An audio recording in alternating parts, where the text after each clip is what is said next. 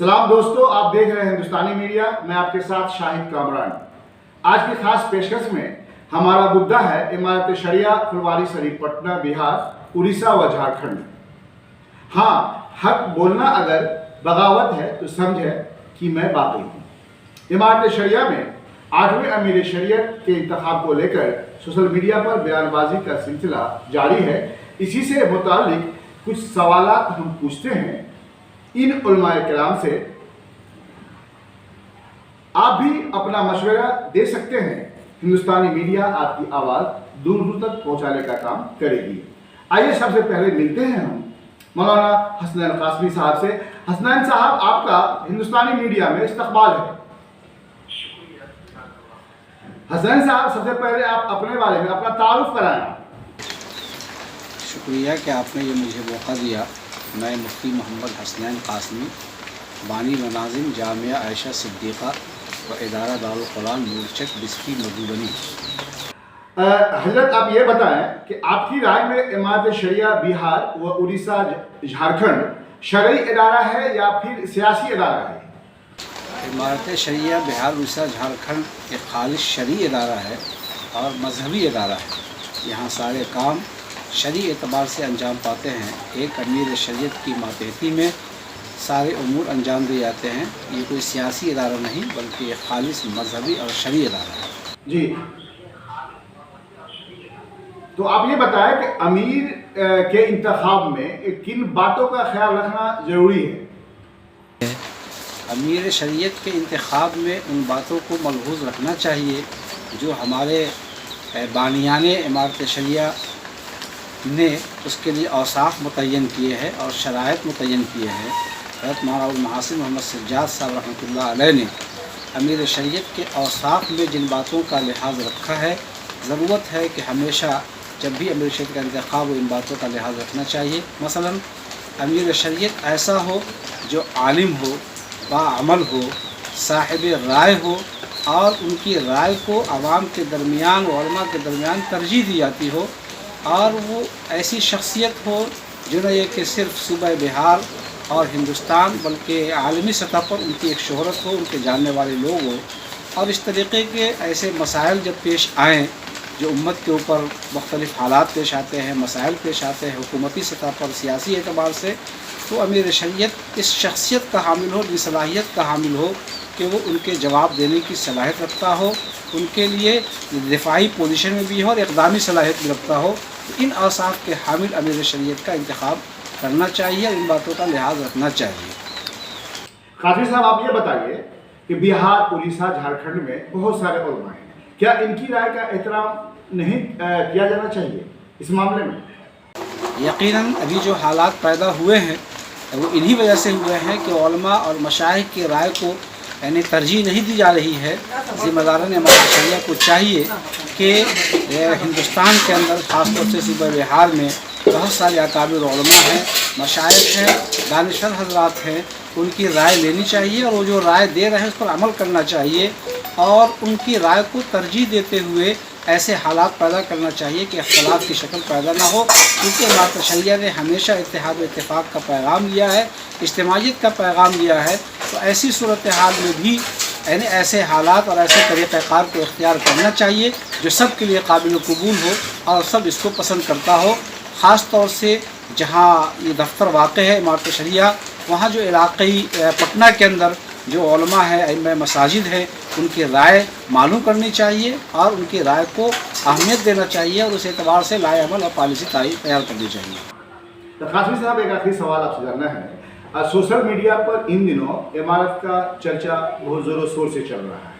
میرا ماننا ہے کیا یہ بہتر نہیں ہوتا کہ امارت شریعہ خود پہلے ارباب حل و عقد سے تحریری رائے اکٹھا کر لیتی اور پھر اس کے بعد یہ انتخاب کرواتی؟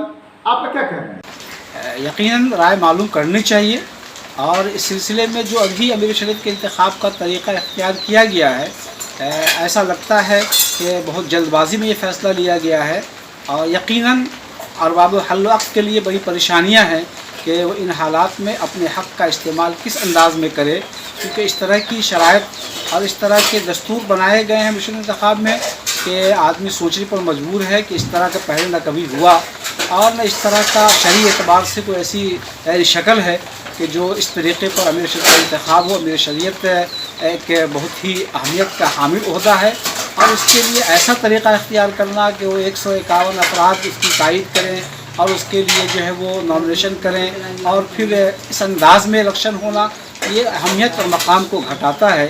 یعنی کیا اچھا ہوتا کہ متفقہ طور پر اور جو پہلے سے ہوتے آیا ہے اس طریقے کو اختیار کیا جاتا، اور اگر اس کے اختیار کرنے میں کوئی دشواریاں ہیں، کوئی پریشانیاں ہیں، تو پھر ایسی صورت میں کچھ دن کے لیے اس کو مؤخر کر دیا جاتا، اور پھر جب حالات بہتر ہوتے اور حالات نارمل ہوتے، سب لوگوں کی رائے آ جاتی ہے، کوئی ایسی شکل پیدا ہو جاتی جس میں اجتماعیت سمجھ میں آتی، تو پھر باضابطہ طور پر اس کا انتخاب ہوتا۔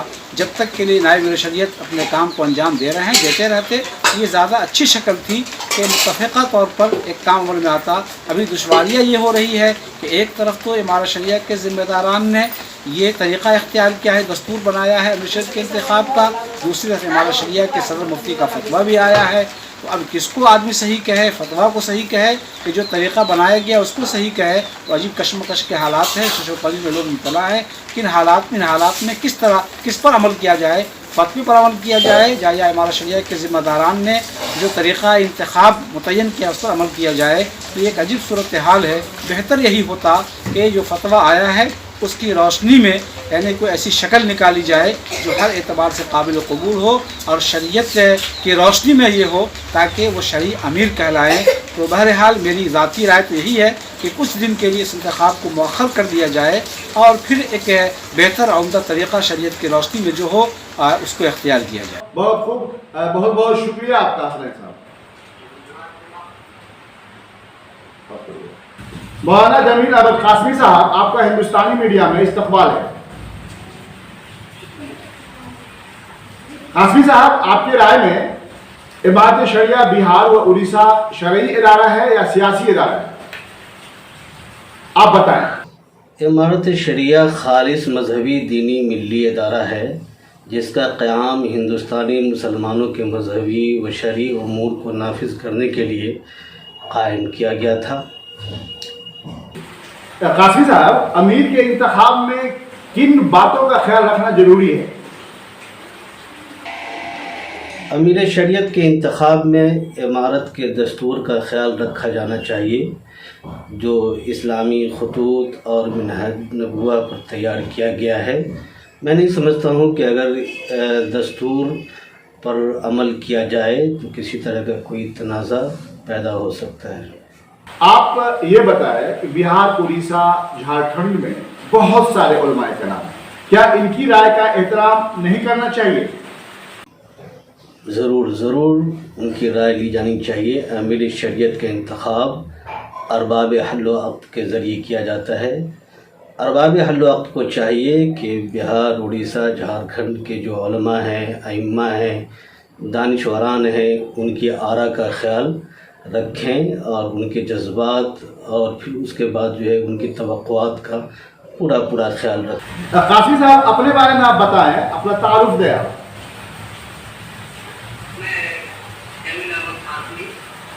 جی جی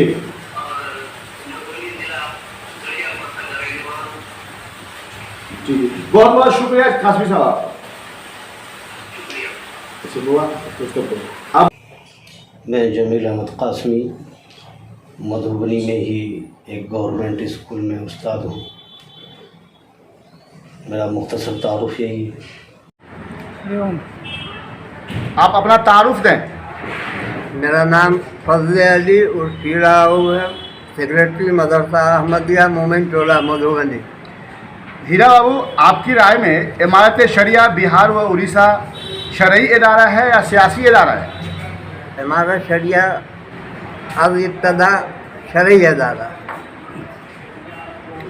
آپ یہ بتائیں کہ امیر کا جو انتخاب ہے، امیر کے انتخاب میں کن کن باتوں کا خیال رکھنا ضروری ہوتا ہے؟ سب سے بڑی چیز تو یہ ہے کہ امارت شریعہ کا جو نظام ہے وہ مجلس شورا کے ذریعے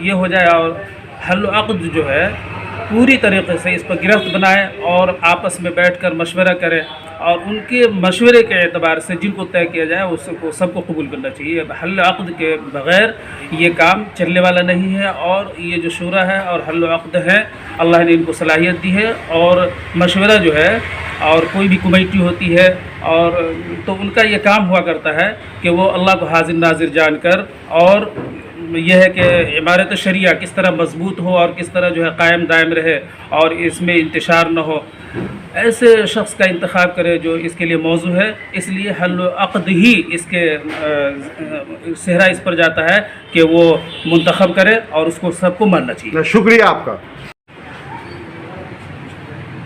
اپنے بارے میں آپ بتائیں.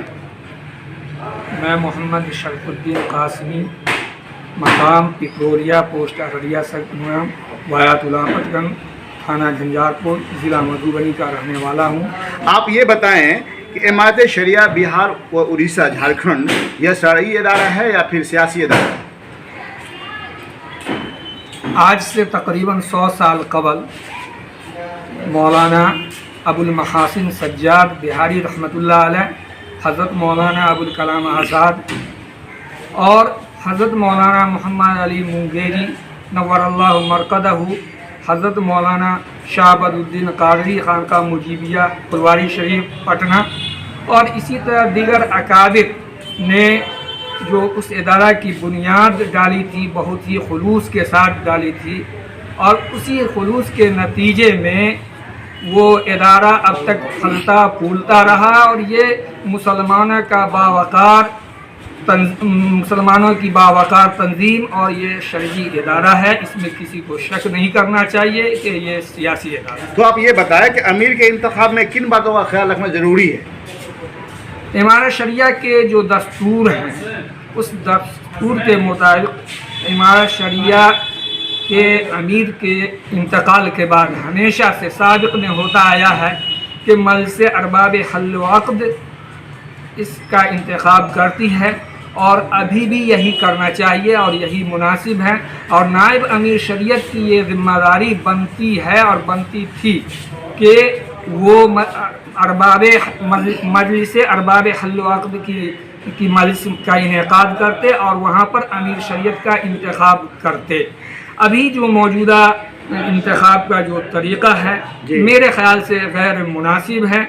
اس کو شریعت کے دائرے میں رہتے ہوئے میرے خیال سے نہیں کیا جا رہا ہے، اس لیے کہ حدیث پاک کے اندر بھی آتا ہے کہ جو شخص عہدہ طلب کرتا ہے اس کے ساتھ خدا کی مدد نہیں ہوتی ہے. اور یہاں پر جو انتخاب کا طریقہ، سیاسی انتخاب کا طریقہ جو لایا گیا ہے وہ غیر دستوری ہے امارت شریعہ کے دستور سے.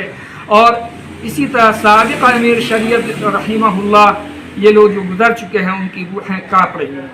بہت بہت شکریہ آپ کا. چھوٹی بڑی ہر خبر کے لیے سبسکرائب کریں ہمارے چینل ہندوستانی میڈیا کو اور بیل آئیکن دبانا نہ بھولیں.